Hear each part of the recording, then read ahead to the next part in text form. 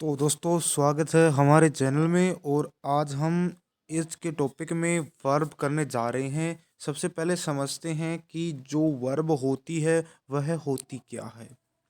Verb होती है doing. Doing and state word जो कार्य को और अवस्था को दर्शाती है, उसे हम क्या कहते हैं? वर्ब जो कार्य को और अवस्था को दर्शाते हैं। वर्ब होती है 5 प्रकार की। वर्ब हमें देखने को मिलती हैं: ऑक्सिलरी वर्ब, मेन वर्ब और लिंकिंग वर्ब और ट्रांजिटिव वर्ब और इंट्रांजिटिव वर्ब।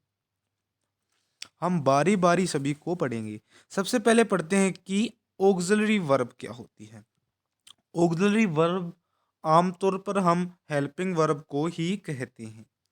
हेल्पिंग वर्ब क्या होती है? जो मेन वर्ब की सहायता करती है, जो मेन वर्ब की सहायता करती है। और ये हमेशा मेन वर्ब से पहले आती है। मेन वर्ब से पहले मतलब कि हेल्पिंग वर्ब पहले आएगी और मेन वर्ब बाद में आएगी। मेन वर्ब बाद में आएगी, ठीक है। वाक्य में हो भी सकती है या नहीं भी हो सकती है। यह हेल्पिंग वर्ब है, यह वाक्य में हो भी सकती है और नहीं भी हो सकती है। यह कोई जरूरी नहीं है कि यह होए या न होए, परंतु हेल्पिंग वर्ब जरूर होनी चाहिए, ठीक है। हेल्पिंग वर्ब हमेशा होती है। अब बात करते हैं मेन वर्ब की। मेन वर्ब क्या होती है? यह मुख्य कार्य अवस्था को दर्शाती है, ठीक है। कार्य और अवस्था को दर्शाती है मेन वर्ब। एक वाक्य में जरूर आएगा। मतलब देखो, नोट्स में भी कहा गया नीतू सिंह के कि वाक्य में यह जरूर आता है। हम इनके एग्जाम्पल से समझते हैं, क्योंकि बिना एग्जाम्पल हमें कुछ समझ में आने वाला नहीं है। तो एग्जाम्पल से हम इनको समझते हैं। देखिए, he is sleeping. He is sleeping. He is sleeping. देखिए, इज क्या है? इज है हेल्पिंग वर्ब, जो ऑक्सिलरी वर्ब के नाम से हम जिसे जानते हैं। फिर उसके बाद हम देखते हैं किसे? Main verb. यहाँ पे स्लीपिंग हमारी क्या होगी? Main verb. दूसरे में देखते हैं। दूसरे में देखिए, ही वर्क्स। ही वर्क्स यह है हमारी ऑक्सिलरी वर्ब। हमें कैसे पता चलेगा? हमें कैसे पता चलेगा कि यह यह हमारी हेल्पिंग वर्ब है या फिर मेन वर्ब है, ठीक है। अगर वाक्य में हमें अगर वाक्य में हमें सिर्फ एक वर्ब दिखाई देना, बिल्कुल एक वर्ब। वर्ब कौन सी होती है? हेल्पिंग वर्ब, मेन वर्ब, दोनों में से एक दिखाई दे, वह हमेशा वह हमेशा कौन सी वर्ब होगी? वह हमारी वर्ब होगी। वह हमारी कौन सी वर्ब होगी? Main verb. उसे हम मेन वर्ब कहते हैं, ठीक है। तो इस एग्जांपल पर देखते हैं। I teach. देखो, एक वर्ब है तो वह कौन सी हुई? Main verb. I am teaching, दूसरी वर्ब हमारी मेन वर्ब, और जो पहली होगी हमारी हेल्पिंग वर्ब होगी। इस बात को आपको ध्यान रखना है। इस बात को आपको ध्यान रखना है। आगे चलते हैं। ऑक्सिलरी वर्ब्स को भी दो भागों में बांटा गया है: प्राइमरी ऑक्सिलरी वर्ब और मॉडल। ऑक्सिलरी वर्ब दो भागों में बांटी गई है: प्राइमरी ऑक्सिलरी वर्ब और मॉडल, ठीक है। तो देखते हैं। प्राइमरी जो ऑक्सिलरी वर्ब्स होती हैं वह होती हैं हमारी तीन। वह कितनी होती हैं? तीन। Do, be, have. Do, be, have. Helping verbs व मेन वर्ब्स दोनों का काम करती हैं। ये हेल्पिंग वर्ब्स का भी और मेन वर्ब्स का भी, दोनों का काम करती हैं। डू, बी, हैव, इनको आपको याद रखना है। आपने डू भी पढ़ा होगा, हैव भी पढ़ा होगा। अब कई पजल हो रहे होंगे कि यह बी क्या है। बी होती है, देखो, is am are, is am are, was, was और वर, ये होती है हमारी बी। बी की फॉर्म्स होती है। क्या होती है? हमारी बी की फॉर्म्स होती है। तो दो प्रकार की होती हैं primary auxiliary verbs. Auxiliary verbs कितने प्रकार की होती हैं? दो प्रकार की primary auxiliary verbs. Models. Primary auxiliary verbs तीन भागों में बांटा गया है, इसको भाग तो नहीं कह सकते, तीन होती है, मतलब ये डू बी हैव, यह हेल्पिंग वर्ब्स का भी काम करेंगी और मेन वर्ब्स का भी काम करेंगी। आगे होते हैं मॉडल्स। मॉडल्स तो पता ही होंगे कि क्या होते हैं मॉडल्स। मॉडल्स बहुत सारे होते हैं जिसको आपने पढ़ा होगा पहले कभी। तो देखते हैं कि मॉडल्स कौन कौन से होते हैं। मॉडल्स मॉडल्स होते हैं may, might, can, could, should, must, ought to, will, shall, would. इन्हें हम कंप्लीट मॉडल्स कहते हैं, इन्हें हम कंप्लीट मॉडल्स कहते हैं। और जो बाकी बच गए need, dare, used to, partial modals, ये पार्शियल मॉडल्स कहलाते हैं। इन्हें मार्जिनल मॉडल्स भी कहते हैं। क्या कहते हैं? मार्जिनल मॉडल भी कहते हैं। मतलब यह हमारे क्या हो सकते हैं? एडजेक्टिव भी हो सकते हैं, एडजेक्टिव के रूप में भी कार्य कर सकते हैं। हम इनके एक एक एग्जाम्पल्स लेंगे और इनको बारी बारी से अच्छी तरह से समझेंगे। देखते हैं दोस्तों, वर्ब को हम दो भागों में और बांट सकते हैं। वर्ब को हम दो भागों में और बांट सकते हैं। कौन कौन से भागों में बांट सकते हैं हम वर्ब को? हम वर्ब को स्टेटिव वर्ब्स में ही बांटते हैं और डायनेमिक वर्ब्स में बांटते हैं। स्टेटिव मतलब ऐसी वर्ब्स जो अवस्था दिखाती हो, ऐसी वस्तु जो अवस्था को दर्शाती हो। डायनेमिक वर्ब्स ऐसी वर्ब जो कार्य को दर्शाती हो, अवस्था को स्टेटिव और कार्य को डायनेमिक वर्ब्स। इनके एक एक एग्जाम्पल्स को हम अच्छी तरह से रीड करेंगे जिससे हम समझ सकते हैं कि कैसे इनका यूज किया जाता है। तो देखते हैं। तो सबसे पहले हम देखेंगे पहले एग्जाम्पल को। आई वॉज इल। आई वॉज इल, क्या लिखा है इसमें? I was ill. तो सबसे पहले यह बताओ कि यह जो वोज है, यह वोज क्या है? वोज है हमारी मेन वर्ब। मेन वर्ब है, ठीक है, मेन वर्ब है वह। आई वॉज इल, मैं बीमार था। यह मेरी किसको दिखा रहे हैं? ये मेरी अवस्था को दिखा रहे हैं। यह मेरी अवस्था को, मेरी स्टेट को दिखा रहे हैं। ये मेरी स्टेट को दिखा रहे हैं। आज जैसे I have a car. I have, have हमेशा याद रखना कि यह किसको दिखाते हैं? पोजेशन को, पोजेशन को दिखाते हैं, मतलब अधिकार को दिखाते हैं, ठीक है, अधिकार को दिखाता है। हैज, हम हैव हमारा अधिकार को दिखाता। आई नो यू, मैं तुम्हें जानता हूं।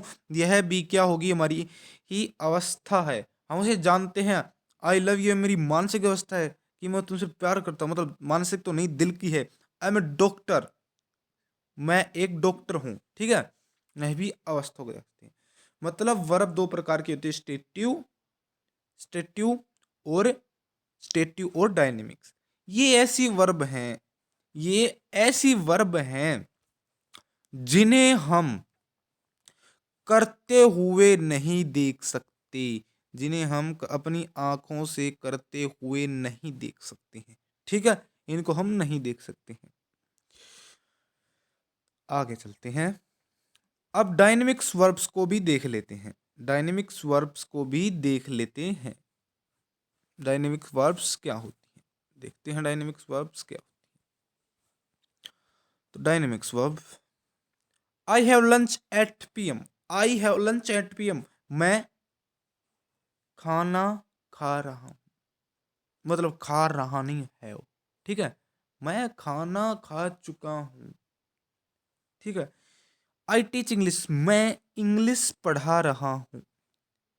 I goes to, he goes to school, वह स्कूल जा रहा है। तो इनको काम करते हुए देखना, मतलब इनको हम देख सकते हैं, अपनी आई से इनको देखा जा सकता है, देखा जा सकता है। तो वर्ब को हमने शुरू में पांच भागों में बांटा, जिसमें ऑक्सिलरी वर्ब्स को दो भागों में बांटा, फिर एक बार मेन वर्ब को दो भागों में बांटा। ये किसको बांटा है हमने? मेन वर्ब को बांटा है, मेन वर्ब को बांटा है, मेन वर्ब को बांटा है हमने। किसको बेटा? मेन वर्ब को हमें ने बांटा है। तो चलते हैं आगे, आगे देखते हैं।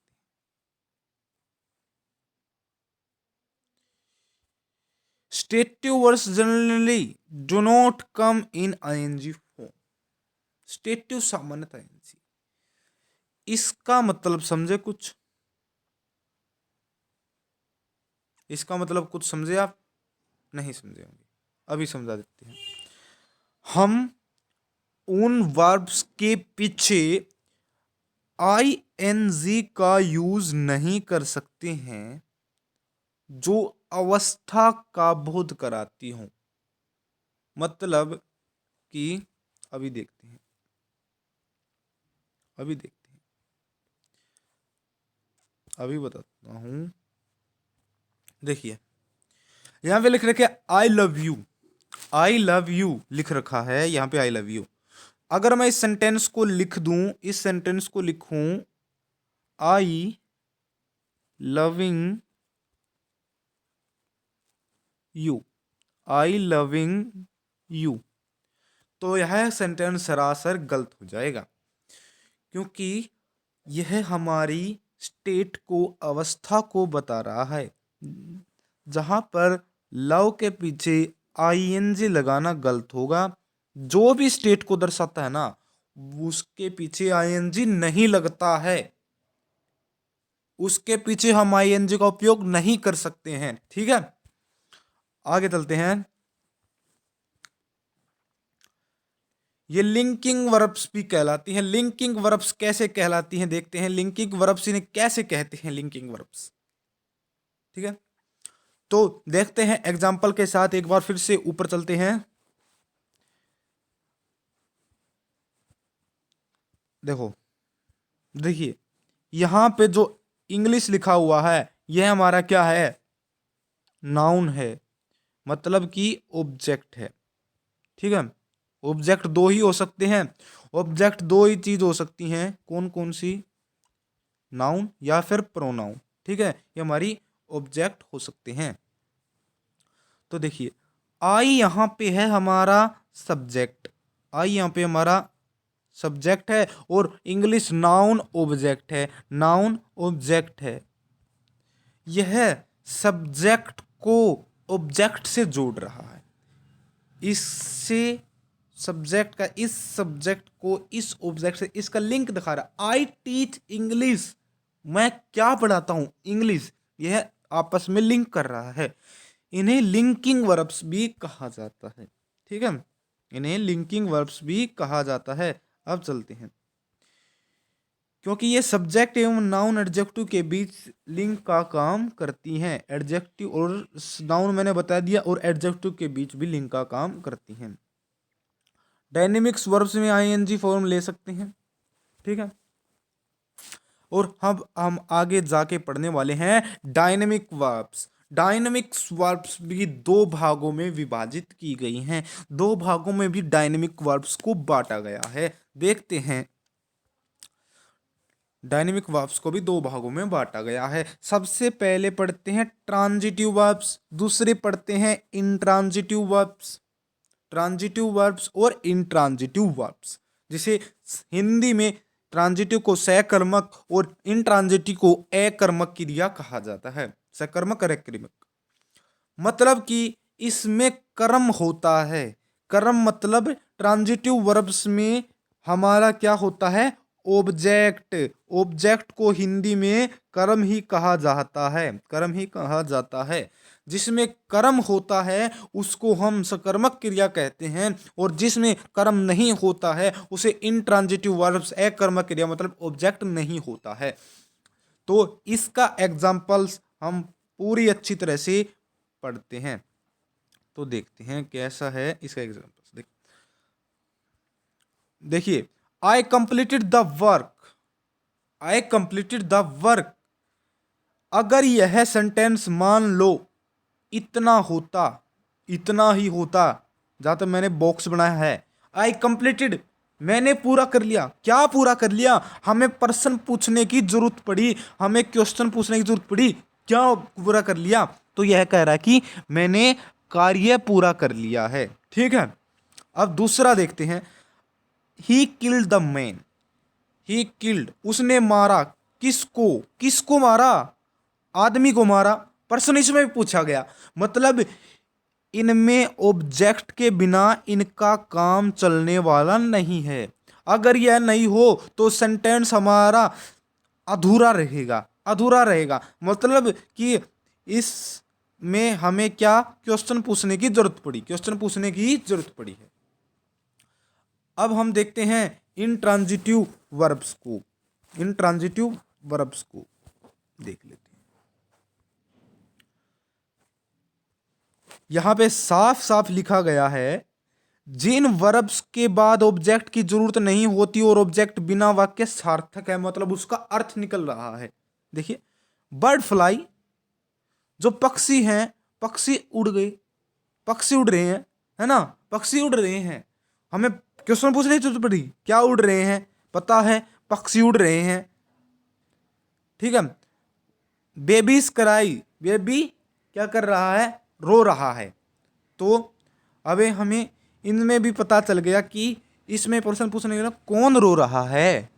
हम यह पूछ सकते हैं, वेहर कहाँ रो रहा है, पक्षी कहाँ उड़ गए, वेहर ये पूछ सकते हैं। पर हम स्थान को पूछ सकते हैं, समय को पूछ सकते हैं इनमें, पर हम पर्सन ऐसे नहीं पूछ सकते, क्या, किसको। ठीक है, आगे चलते हैं। मैंने इसको अच्छी तरह से समझा दिया है। अगर आपको अभी भी कोई इसमें दिक्कत हो तो आप नीचे कमेंट करके बता सकते हैं। देखिए, अब हम फाइनाइट्स वर्ब को पढ़ेंगे और नॉन इनफाइनाइट्स वर्ब को पढ़ेंगे। देखिए, I love watching movies, I love watching movies, ठीक है। और she loves, she loves, she loved, I want, he want, he wanted. क्या आपने इसमें कुछ फर्क नजर आ रहा है, इनमें कुछ फर्क नजर आया। जो फाइनाइट्स वर्ब्स होती हैं यह टेंस के अकॉर्डिंग भी चेंज हो जाती हैं, पर्सन के नंबर के अकॉर्डिंग भी चेंज हो जाती हैं। देखो, इसमें सब लिखा गया है। देखिए, आई लव, आई के साथ हमने प्लूरल वर्ब का यूज किया। सी लव्स, इसमें हमने सिंगुलर किया। ठीक है, सी लाउड, सी लाउड हमने टेंस चेंज कर दिया। ठीक है, I want plural, she want singular. मतलब क्या होती है, जो फाइनेट्स वर्ब्स होती है ना, जो फाइनेट्स वर्ब्स होती हैं वह टेंस, पर्सन, नंबर्स के अनुसार चेंज होती हैं। और एक तरफ हम पढ़ते हैं नॉन फाइनेट्स वर्ब्स को। यह पूरा एक सेंटेंस है जो भागों में बांटा गया है। ठीक है, ये पूरे सेंटेंस है जो समझाने के लिए नीतू मैम ने इसको बांटा है। तो देख लेते हैं, वॉचिंग मूवीज, वॉचिंग मूवीज। अब ये जीरंड क्या चीज होती है, यहाँ पे जीरंड लिखा गया है और इन्फिनेटिव क्या गया। बिल्कुल आसान चीज है, बिल्कुल आसान चीज है। जब वर्ब की फर्स्ट फॉर्म में बेस, वर्ब की फर्स्ट फॉर्म में जब आईएनजी जोड़ देते हैं, अगर आप फर्स्ट फॉर्म नहीं बोलो तो वर्ब की बेस फॉर्म बोल लो। बेस फॉर्म क्या होती है, फर्स्ट फॉर्म को ही बेस फॉर्म कहते हैं। ठीक है, इसमें आईएनजी जोड़ते तो वो जीरंड कहलाएगा। और इन्फिनेटिव क्या कहते हैं, टू के आगे कोई भी वर्ब की फर्स्ट फॉर्म या base form, base form B F लिख दिया मैंने, बेस फॉर्म। ठीक है, तो यह होती है इन्फिनेटिव और जीरंड। जो वर्ब व्यक्ति व संख्या दर्शाती है, बता दी मैंने, व्यक्ति और संख्या दर्शाती है। एग्जाम्पल, कुछ वर्ब्स होते हैं जो व्यक्ति और संख्या दर्शाती हैं, जैसे कि लव हो गया, लव्स हो गया, लव्ड, वांट, वांट, वांटेड, इटी से बहुत सारी होती है। ठीक है, आगे चलते हैं। जो वर्ब से जो वर्ब टेंस, व्यक्ति, संख्या नहीं दर्शाती, जैसे वाचिंग, टू हेल्प, इन्फिनेटिव और जीरंड्स आते हैं इसमें। ठीक है, आगे चलते हैं। मेन वर्ब्स को रेगुलर वर्ब्स और इरेगुलर वर्ब्स में भी बांटा गया। बहुत चीजों में बांटा जाता है इनको, बहुत कई चीजों में हमने पढ़ भी लिया है। तो मतलब आगे जो चीज है वो आपको खुद याद करनी होगी। यह समझाने की कोशिश कर रहा है। कुछ वर्ब्स तो ऐसी होती हैं जो ईडी पीछे ईडी नजर आ रहा होगा, पीछे ईडी नजर आ रहा होगा, तो ऐसे भी बना दी जाती है। पर कुछ वर्ब्स बिल्कुल डिफरेंट होती हैं। देख, कुछ वर्ब्स होती बिल्कुल डिफरेंट टाइप की होती हैं, जैसे कि जैसे कि यह देख लो भाई, पुट पुट पुट है, सिट सेट सेट है, गो वेंट गोन, बिल्कुल अलग है, बिल्कुल बेटा डिफरेंट नजर आ रही हैं। तो ऐसी वर्ब्स को हमें याद ही करना होगा, ऐसी वर्ब्स को हमें याद ही करना होगा। आगे बहुत सारी वर्ब दी गई हैं, आप इन्हें याद कर लीजिएगा, ठीक है। अगर आप ये नहीं याद कर लेते हैं तो आपके एग्ज़ाम में बहुत क्वेश्चन बन जाएंगे। अगर आप इनको याद कर लेते हैं तो दूसरी वीडियो में हम इनको को टास्क को भी कंप्लीट कराएंगे, और तो इससे अच्छी खासी आपकी प्रैक्टिस हो जाएगी। तो मिलते हैं अगली वीडियो में। अगर वीडियो पसंद आई तो भाई चैनल को सब्सक्राइब कर देना, क्योंकि बहुत मेहनत लगती है वीडियो बनाने में। तो धन्यवाद दोस्तों।